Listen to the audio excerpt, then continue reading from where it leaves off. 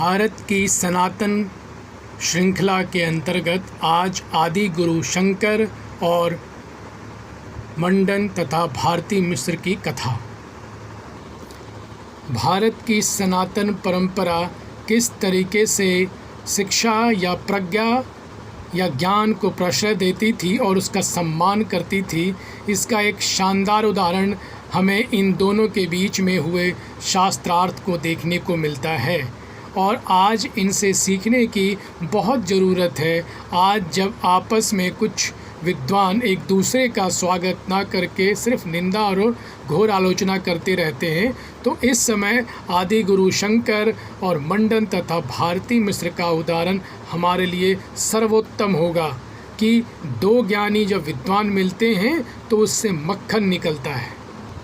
शास्त्रार्थ शुरू होता है जब मंडन मिश्र ने यह कहा कि तुम मेरी आधी उम्र के हो, इसलिए सबसे पहले मैं तुम्हें ही अनुमति देता हूँ कि तुम शुरुआत करो।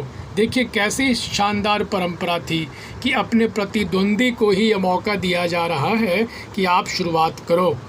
तब आचार्य शंकर ने कहा कि ठीक है, इसका निर्णायक कौन होगा।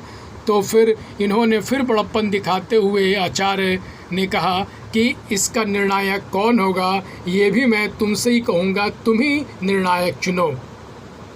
और ये अनुपम उदाहरण है कि आचार्य शंकर ने अपने प्रतिद्वंदी की पत्नी भारती मिश्र को इसका निर्णायक चुना। कितना सर्वोत्तम उदाहरण है, ज्ञान का विनम्रता है सबके सामने। यह भारत की सनातन परंपरा रही है कि अपनी प्रतिद्वंदी की पत्नी को ही इसका निर्णायक चुना। क्या उनको ऐसा डर नहीं था कि अपनी प्रतिद्वंदी की पत्नी को ही चुनूंगा, ये तो वैसे ही मेरे विरोध में फैसला देगी? नहीं, क्योंकि ज्ञान की परंपरा थी कि निर्णायक जो है वो न्याय करेगा। और अंत में यही हुआ जब शास्त्रार्थ में मंडन मिश्र पिछड़ने लगे और प्रश्नों का उत्तर नहीं दिया, तो भारती मिश्र ने यह कहा कि मंडन मिश्र पराजित हुए।